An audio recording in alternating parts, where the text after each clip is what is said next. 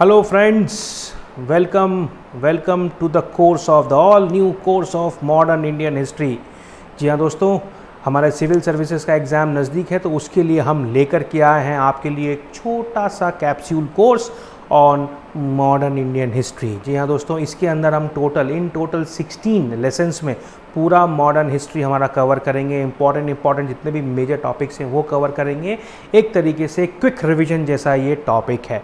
लगभग 15 to 16 hours में हमारा ये पूरा का पूरा मॉडर्न इंडियन हिस्ट्री कंप्लीट हो जाएगा। जी हाँ दोस्तों, एक क्विक रिवीजन के साथ हम ये मॉडर्न इंडियन हिस्ट्री का कोर्स आपके लिए लेकर के आए हैं, सिर्फ और सिर्फ प्रीलिम्स 2021 यूपीएससी का टारगेट करते हुए। हालांकि not only the civil services prelims examination 2021 बल्कि स्टेट सिविल सर्विसेज के भी जितने एग्ज़ाम होते हैं वो भी आप इससे फोकस कर सकते हो, और बाकी और अदर एग्जाम्स जहां पर मॉडर्न इंडियन हिस्ट्री के ऊपर क्वेश्चंस पूछे जाते हैं। एक ये कैप्सूल कोर्स है, क्विक रिवीजन टाइप का है, जिससे आपको काफ़ी अच्छा एक बूस्टअप मिलेगा आपकी प्रिपरेशन में दोस्तों। लेकिन स्टार्ट करने से पहले थोड़ा सा मैं ब्रीफ कर देता हूँ अपने बारे में।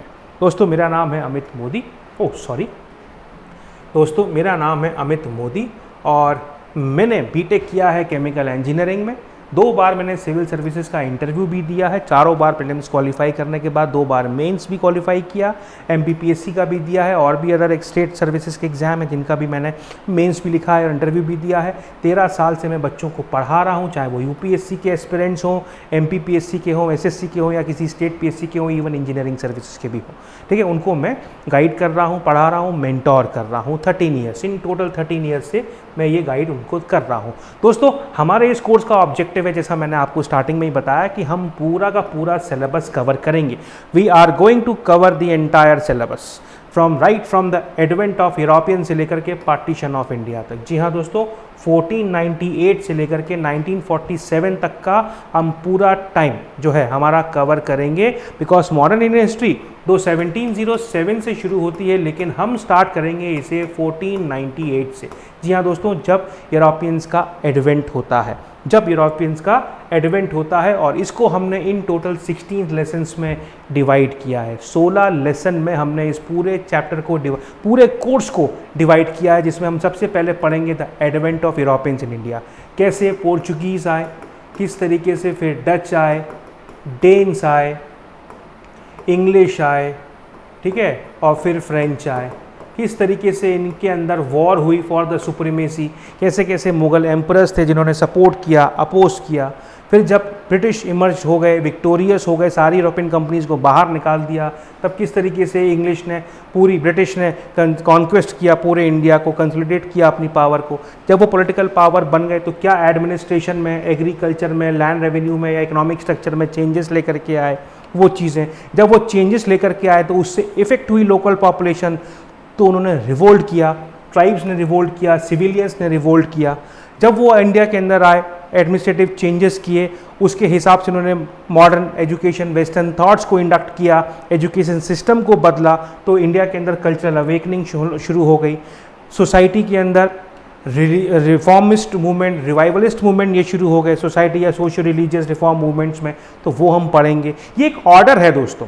क्या होता है, जनरली बच्चे अलग अलग पढ़ते हैं, हम अलग अलग नहीं पढ़ेंगे, हम एक ऑर्डर के साथ पढ़ेंगे।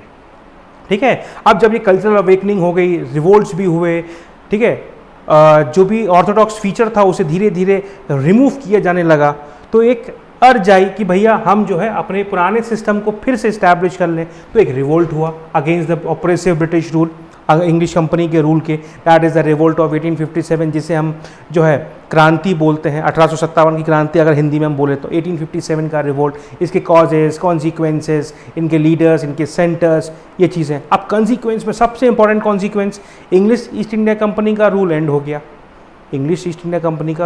गया। क्राउन को ट्रांसफ़र हो गया, अब क्राउन ने रूल करना शुरू कर दिया। यानी कि अभी तक तो हम कंपनी के अंडर में थे, लेकिन अब हम सीधे ब्रिटिश पार्लियामेंट के अंडर में चले गए। ठीक है, और सबसे इंपॉर्टेंट, द रिवोल्ट ऑफ 1857 से जो है इंडक्ट हुई, रिवोल्ट 1857 से इंडक्ट हुई नेशनलिस्ट फीलिंग। क्या इंडक्ट हुई इंडिया के अंदर? नेशनलिस्ट फीलिंग ये इंडक्ट हुई। ठीक है, नेशनलिस्ट फीलिंग ये इंडक्ट हुई, और इससे इंडिया के अंदर इंडियन नेशनल मूवमेंट की शुरुआत होती है। इसका ग्रोथ और उसका डेवलपमेंट होता है। जब इंडियन नेशनल मूवमेंट की शुरुआत हुई तो उसके लिए एक एसोसिएशन बनी जिसका नाम था इंडियन नेशनल कांग्रेस। तो उसका फॉर्मेशन, उसका एम, उसका ऑब्जेक्टिव, ठीक है, और फिर उसके डिफरेंट फेजेस। सबसे पहले मॉडरेट फेज, उसके बाद एक्सट्रीमिस्ट फेज, ठीक है। एक्सट्रीमिस्ट फेज के बाद उसी के साथ में शुरुआत हो जाता है स्वदेशी मूवमेंट को, कि बंगाल को पार्टीशन किया जाता है। एक्सट्रीमिज्म के अंदर भी और एक्सट्रीमिस्ट आइडियाज प्रेवेल करते हैं तो रिवॉल्यूशनरी एक्टिविटी शुरू हो जाती हैं, ठीक है। इसी मूवमेंट के दौरान में वर्ल्ड वॉर 1 शुरू होती है इन वर्ल्ड सिनेरियो में। तो इंडियन नेशनल मूवमेंट में क्या क्या चेंजेस आते हैं, ठीक है। फिर एक्सट्रीमिस्ट फेज के बाद में एरा ऑफ मास नेशनलिज्म शुरू होता है, यानी कि गांधी जी का इमरजेंस।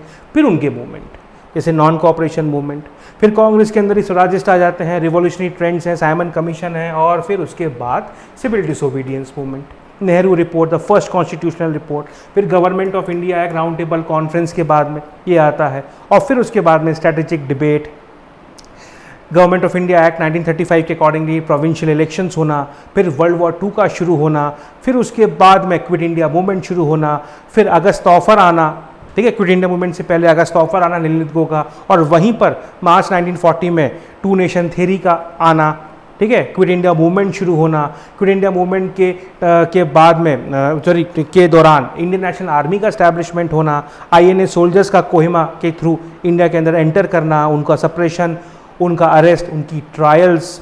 फिर उसके बाद जैसे ही वर्ल्ड वॉर 2 खत्म होती है तो उसके बाद भैया इंटरिम गवर्नमेंट फॉर्म करना, है ना, लीग का कैबिनेट मिशन प्लान का इंडिया के अंदर आना, फिर लीग का डायरेक्ट एक्शन डे ये अनाउंस करना, ठीक है, 2 नेशन थ्योरी में 16 अगस्त को, और फिर अल्टीमेटली इंडिया का पार्टीशन और इंडिया की फ्रीडम होना। तो ये सारी चीज़ें हमने इसके अंदर कवर करी। फिर उसके बाद वर्किंग क्लास मूवमेंट और कुछ इंपॉर्टेंट कमिटीज़ एंड कमीशन। ये प्री के लिए बहुत इंपॉर्टेंट है यार, ये दोनों टॉपिक प्री के लिए जो है गवर्नर जनरल्स एंड वाइसरॉयज की लिस्ट और ये मूवमेंट। तो इस तरीके से हम हमारा पूरा जो ये कोर्स है ये कवर करने वाले हैं, यानी कि एक लिंक्ड मैनर में, right from the advent of Europeans. जब 1498 में यूरोपियंस इंडिया के अंदर आए तो first Portuguese Vasco D gamma, तब से लेकर के 1947 तक का ये जो पूरा हिस्ट्री का पार्ट है ना बेटा, ये लिंक्ड फॉर्मेट में है। ये सारे इवेंट्स आपस में एक के साथ एक जुड़े हुए हैं, तो उसी तरीके से हम ये हमारा पूरा का पूरा हिस्ट्री को पढ़ने वाले हैं, ठीक है। यस,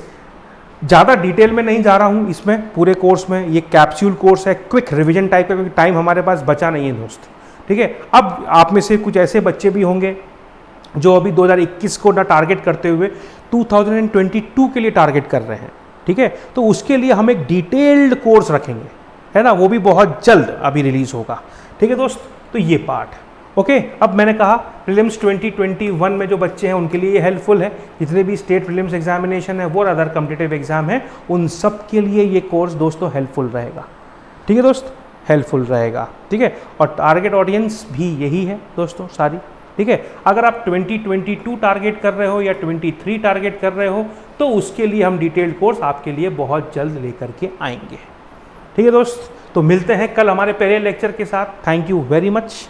कल मिलते हैं, अगले लेक्चर में मिलते हैं हमारे एक नए मतलब फुल फ्लेजेड, तो फर्स्ट लेसन है द एडवेंट ऑफ यूरोपियंस, उसके साथ, ठीक है। चलो, थैंक यू वेरी मच।